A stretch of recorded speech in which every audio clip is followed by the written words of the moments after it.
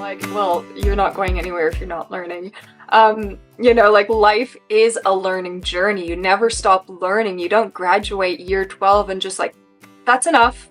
And I did that for a while and it stagnated me and I got really sick and really numb and really depressed. And it was like only when I start to find the things that brought me joy and interest, like when you find something that naturally interests you, there is an inertia like no other, where you will stay up all hours of the night researching, looking, searching for answers, because ultimately you're searching for your truth, and the things that feel right for you. And I think that's the same with our children, is we don't need to force them into things. They're going to find things that they just naturally want to do. They'll spend hours working in the wood shop. They'll spend hours welding sculptures or whatever, It's just giving the allowance for that and the openness to just let them go on their own journey. And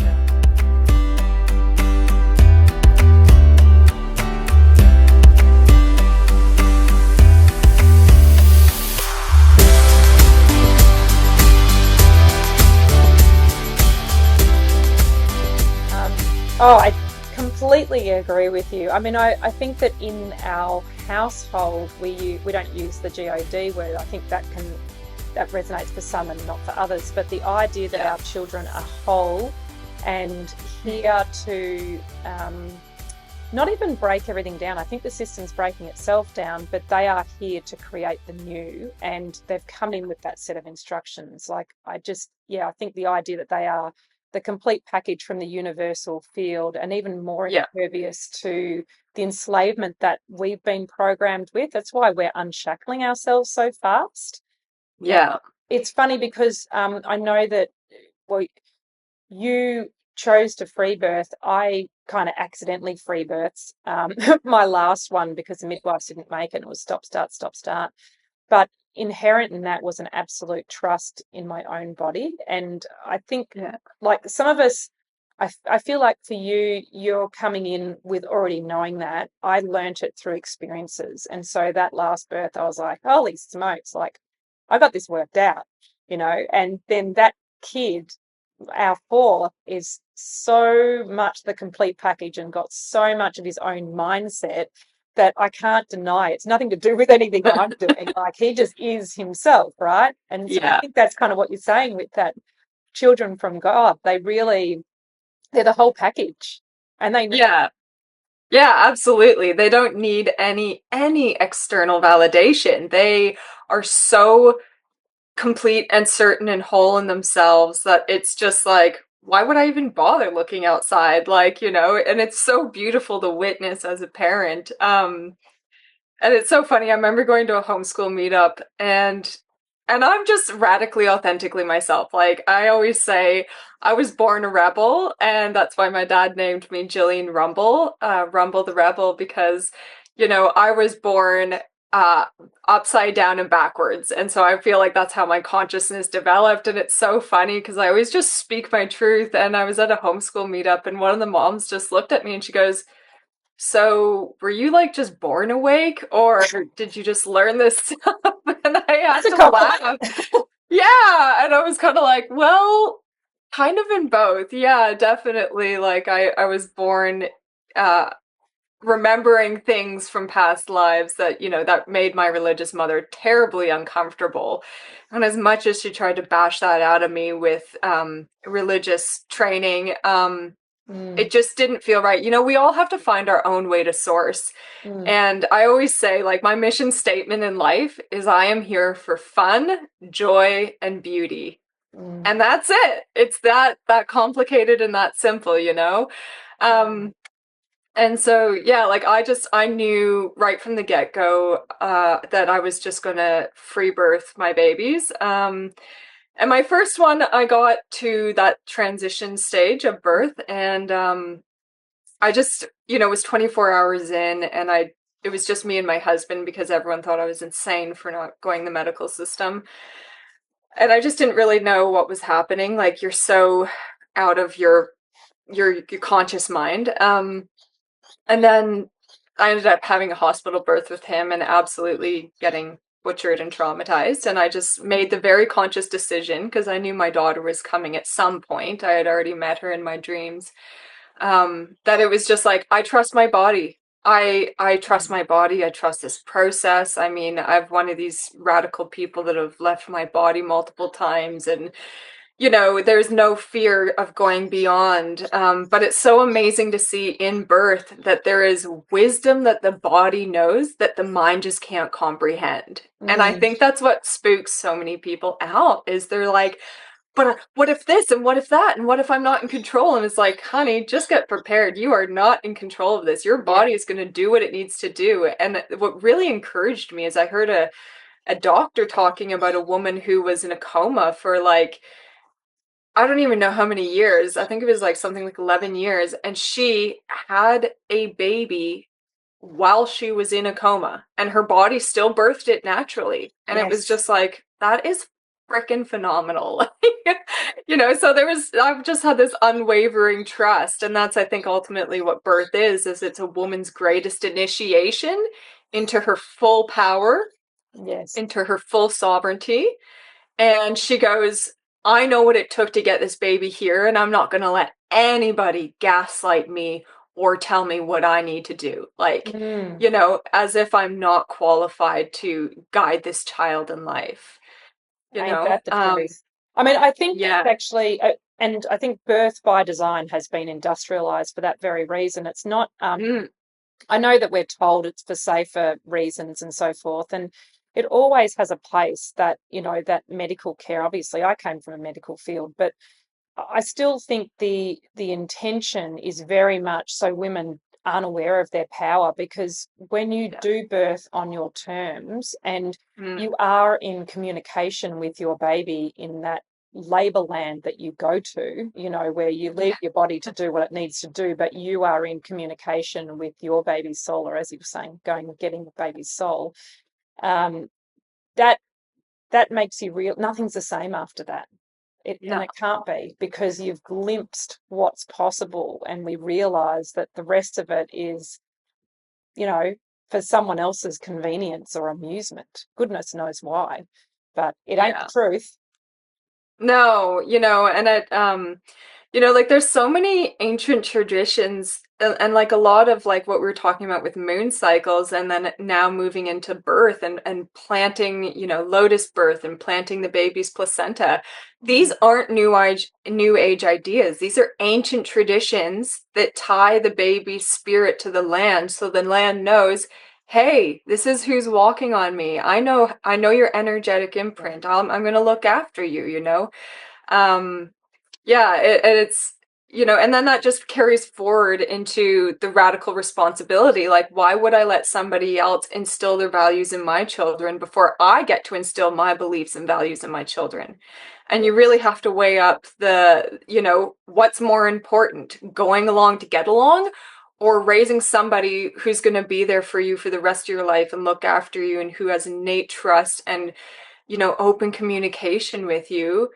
Like, Mm, I just see so many youth acting out of resentment and fear and being pissed off that they were forced through a system that just didn't nurture or nourish them. mm, And nobody's going to understand your children better than you. yes. Nobody.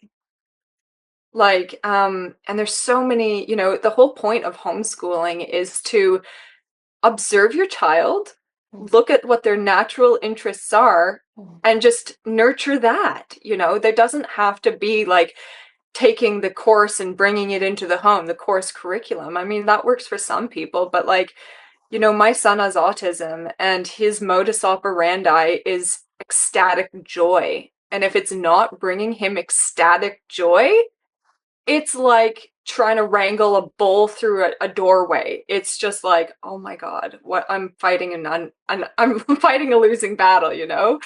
Um, but when I can nurture, like, okay, I've looked at your birth chart and your divine blueprint. So like one thing we can really do to understand our children's kind of uh consciousness and the patterns that affect how their emotional behaviors are is just understanding their divine blueprints through things like reading their astrology chart or getting it read by somebody.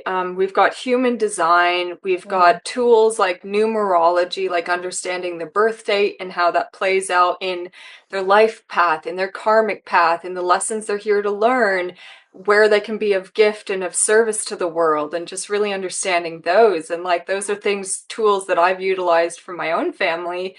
And even my husband looks at me and he's like, that is incredible that you can get all of that from looking at the numbers in my birth chart. Like, he goes, if I had known this information when I was younger, like, yes. my life would have been radically different. And especially if my parents understood this. So, like not being afraid to look outside the box and go, how can I better understand you and nurture that and help you grow in this direction, you know? I have a sneaking suspicion that if more parents did that, say that was like a birth present for a baby being born, I do that. that, yeah, I well, make can I you, make birth charts. well, that's a beautiful thing because I think that informed parenting, we're always looking for some kind of help because we are community focused, aren't we, in terms of the village raising the baby. But the problem is we've created our village through a bunch of so-called experts that then give advice that don't encourage us to check whether that feels like a truth for us. Like, the Yeah. controlled crying and things like that. There might be some people that resonate with that, but I would imagine, you know, almost 100% of new mothers, it would not resonate with to leave their baby crying. So that's an example where we've created a community for raising these children, but we're going to almost false prophets and to books that don't resonate, and we're not looking at the child, and we're certainly not checking what seems like a truth for us, what seems right for us. And what you're talking about again is not about putting kids into boxes or labels, but it's actually about using tools that can inform us and create an intelligence about how we approach them. And like human design's been fantastic for us. I've only gone superficially so far with the kids, but Yeah. it's created an awareness about where their superpowers are and why certain things land for them and some things don't. So it changes then how I parent. I create an agility in terms of, how I interact with them from that standpoint. It's very helpful. Yeah, and that's right. Like that's why I do like numerology charts for babies that are born, and I really encourage parents to look at that is because it's like, look, you've birthed this human and they have some very strong energy in terms of like placements in their chart, and you really just want to understand how can I best nurture them and grow that, and without them growing up resenting you for, forcing them through a system they didn't want to do. And I think that like I have this thing where I'm like, truth is objective because it's different for everybody. And it's really just muscle testing and just feeling, does this feel true in my body? Yes. Because I know when there's been moments where I've been,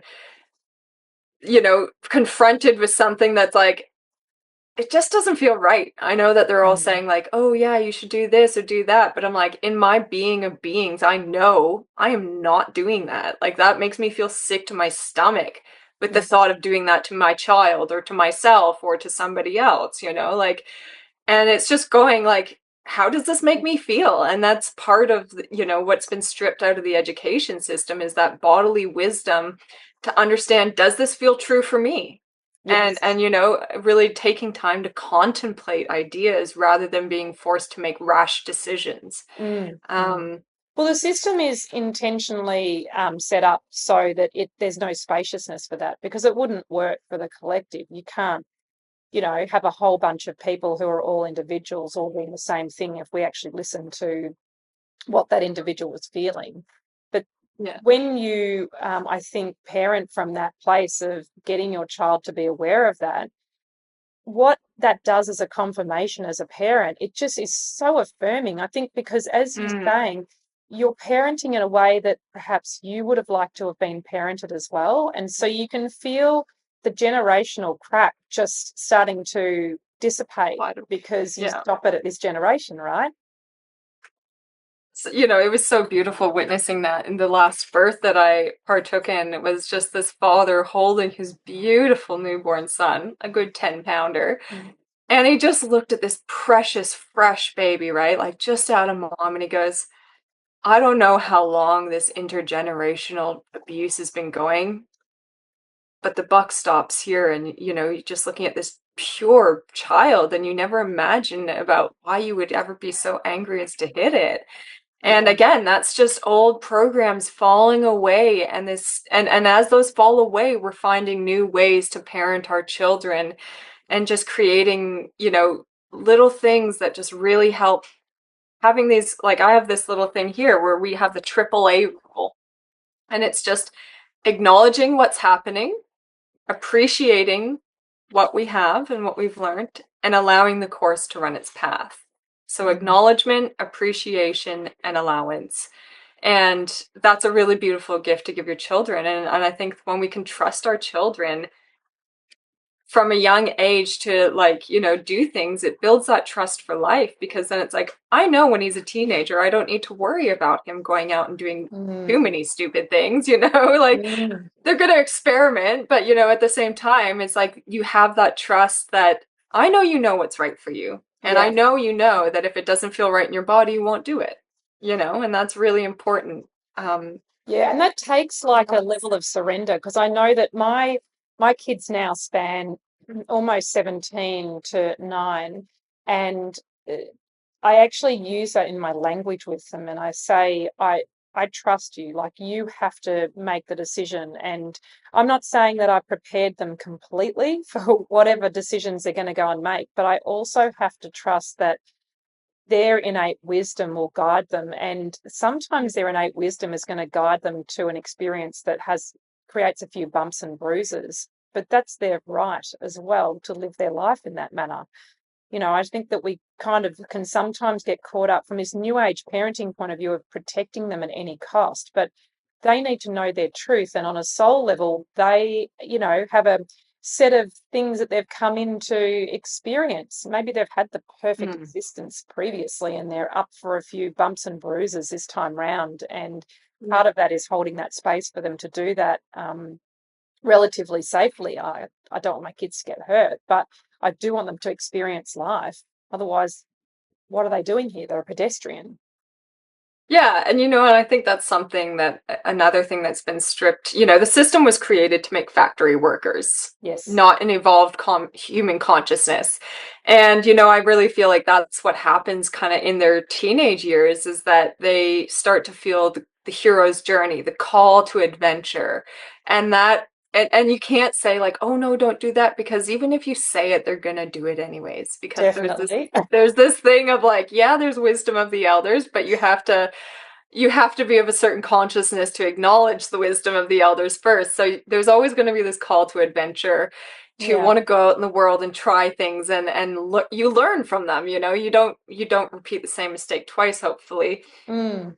And it's the hero's journey is the call to adventure and the departure of, like, leaving home or going out on your own.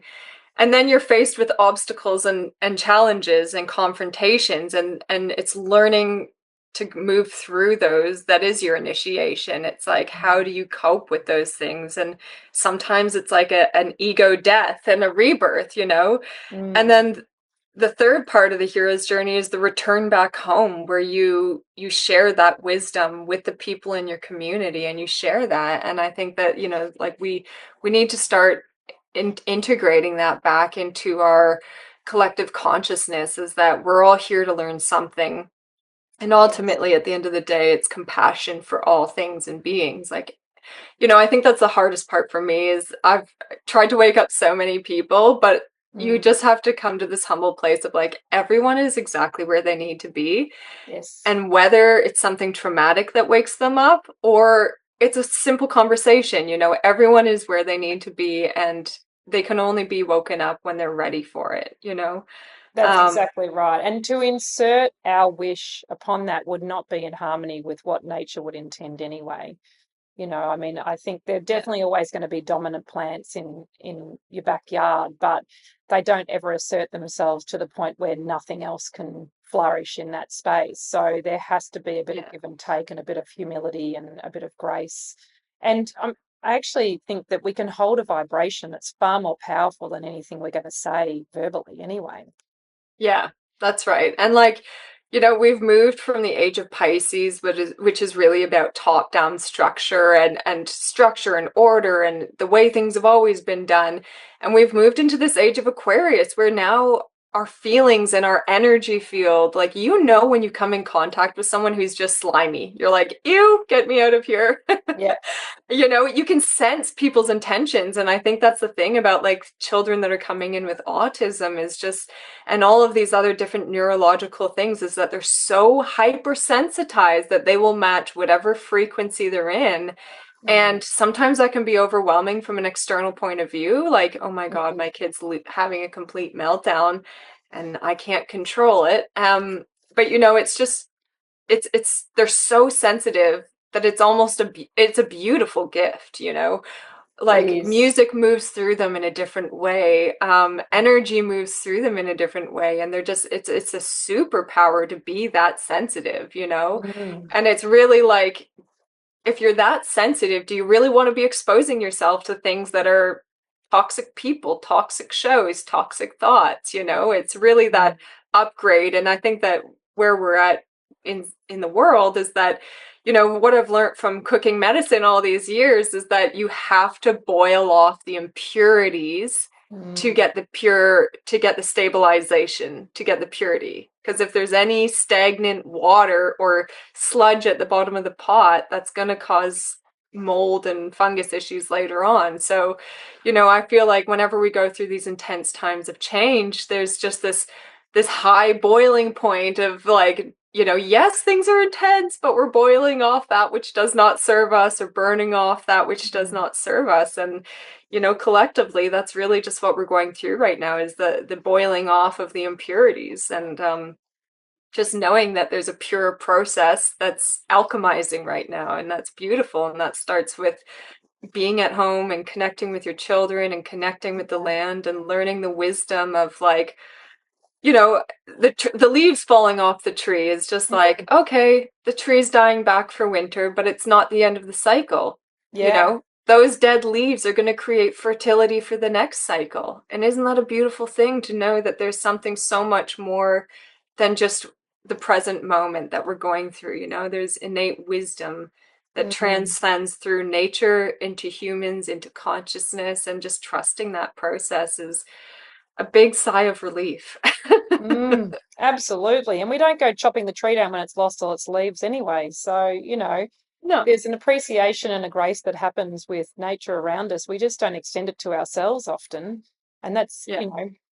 I think one of the things that we're learning to do is just to take a breath and go, okay, what's the long view here? And I love the idea of burning off the impurities because that is so true. That is what it feels like is happening, and it's deeply uncomfortable, but it's meant to, you know, create an awareness in the greater community that there is a shift happening and it needs to happen. And that discomfort is purposeful. I mean, it's very much like Yeah. birth. I know that I was people, just gonna say it sounds exactly like the it, birth. that's It's right. I like mean, I guess that's the why it's learning a the pure rebirth. uncomfortableness. But yeah, I mean, it's funny because I made the conscious choice before we had our first to not regard the labor symptoms and signs to be pain. It was just feedback of the body doing workload, and it shifted my experience so dramatically that other people don't seem to choose to have access to that thought flow. But I'm like, it's not painful, it just Mm, is a feeling, and it mm. it warrants attention because it's what it's probably the single biggest thing you'll ever do in your life. Like, I'm sure you could probably, Yeah. climb some mountains and do some other things, but growing a new human and then bringing them earthside is like probably the coolest thing that you can do out there. And so we need to pay attention to that. We need to be present. We need to have reverence. We need to surrender. We need to have trust. And we need to shift our consciousness to match the magnitude of that event. Yeah. And you're not just birthing a human, you're birthing a whole cosmos. Like, Mm, that's the other thing, is that like, the elements of nature can be found in our hand. Like there's water, earth, fire, air, ether, and so and also like the thumb is Mars, the the index finger is Jupiter, you've got Saturn, Mercury, like you have the cosmos inside you. And so you're not just birthing a baby, you are birthing an entire cosmos. Like that's kind of phenomenal if you ask me. And it's I'm constantly learning. It's funny what you were saying about burning off the impurities, and when the tree's dead, you don't just cut it down, because every time I prune my trees over winter, that they get their annual haircut, and I'm cutting off the dead branches. And as I'm cutting off the dead branches, I think, like, what am I cutting out of my life that's no longer serving me? Um and I'm just very conscious about the way as I'm pruning my trees, I think about, like, what are the dead branches that I can prune out of my own life, that are going to stimulate further growth. Like, okay, that's just a distraction. That's not propelling me forward on my growth and my path and my spiritual journey. So I can just kindly cut that branch off, or cut that relationship, or, just applying the laws of and the rules of nature and the cycles of nature to my own personal journey and growth and family. Yeah, it's just, I'm always learning, and that's the beautiful thing. Is somebody once said to me, like, "Oh, you got to stop learning and start earning." And I almost choked when I heard that. And I was like, "Okay, I don't know who told you that, but just stop right now." Yeah, that's Because exactly right. That sounds us about to me. yeah, yeah. I'm like, well, you're not going anywhere if you're not learning. Like, life is a learning journey. You never stop learning. You don't graduate year 12 and just, like, that's enough. And I did that for a while, and it stagnated me, and I got really sick and really numb and really depressed. And it was like only when I start to find the things that brought me joy and interest, like when you find something that naturally interests you, there is an inertia like Mhm.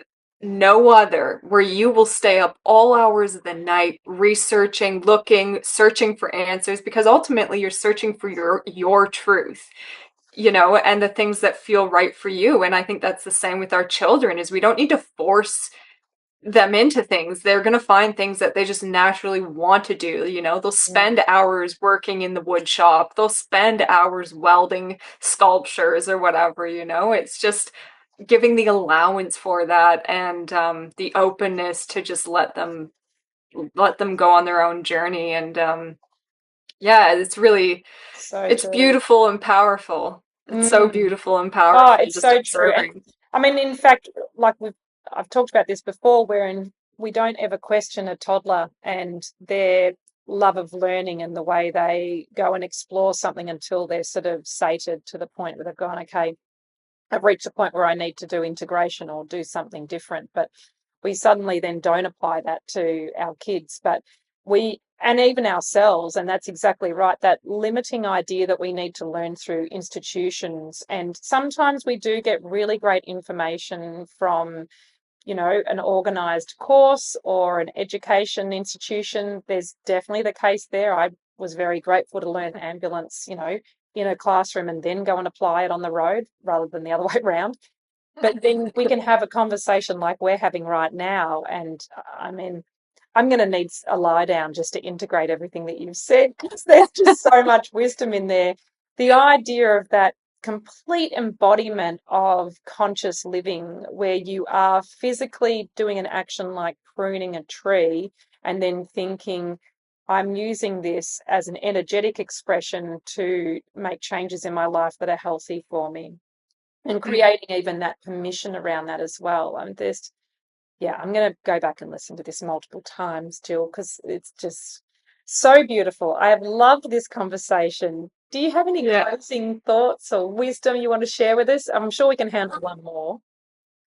um I think the most important thing for anyone, wherever you are on your journey, is just your children in the first 7 years of their life are in theta state, and that means they're in hypnosis, and they're just watching and recording and repeating.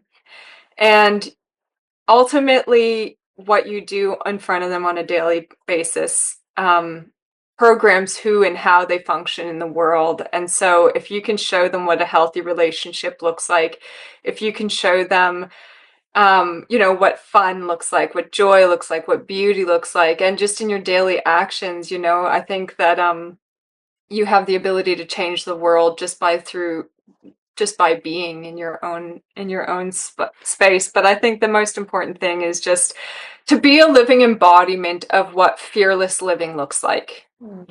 That is the most important thing. If you take one thing away, how can I be an embodiment of fearless living for my children? And every decision you make, ask yourself, is this coming from love or is this coming from fear? And catch yourself. Be humble enough to catch yourself and really just go, okay, I feel some vulnerability here. I feel some anxiousness. I know that the antidote is love. And how do I go about acting this and being this love in the world that I need to see and that my child needs to see right now? Is it taking out my sword of truth and standing up for them? Is it taking radical responsibility and keeping, my baby bird close under my wing? How can you be a living embodiment for fearless living? And try your best to do it in a gracious way. And I know graciousness isn't easy. My goodness. But yeah, I would say that's the alarm's going off and everything. Life is starting to come back into my field, and I'm thinking my fearless living. How am I going to do that? I've had a kid appear at the door. Yeah, me too. Yeah, that's right. We must be ready to complete this conversation. But fearless living in a conscious way. Jill, thank you so much for your time. No. As I said, I think that there's just it's a ridiculous amount of wisdom that was poured into this conversation. I'm so grateful for your generosity and just for the sparkle that is you. Thank you for coming into my life. Yeah, I was going to say at the beginning, if anyone's listening, just make sure you have a pen and paper on hand because you might need to pause and rewind this episode a couple times. There's quite a few, cosmic downloads that come through. So yeah, thank you for the honor and the joy of being here. And it was just an absolute joy to share whatever flowed through us. Yes, always gold. Thanks, QuantiFolks. Until next time, stay well, stay beautiful.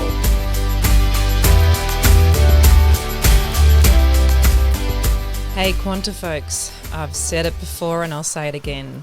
Birth is transformational. And it can be transformational in the right way and in the not so right way. So how do we arm ourselves to be really prepared for this incredible experience? Well, you wouldn't go out and run a marathon without any kind of training. You'd at least do occasional stretches, and the High Vibe Birth course, which is self-paced, available at the QuantiMama.com website, is available for you. You get to luxuriate in all of the ideas and transformational techniques and the beautiful information that can only have a positive effect on your birth. So get fit for your birth marathon and head to QuantiMama for the High Vibe Birth course.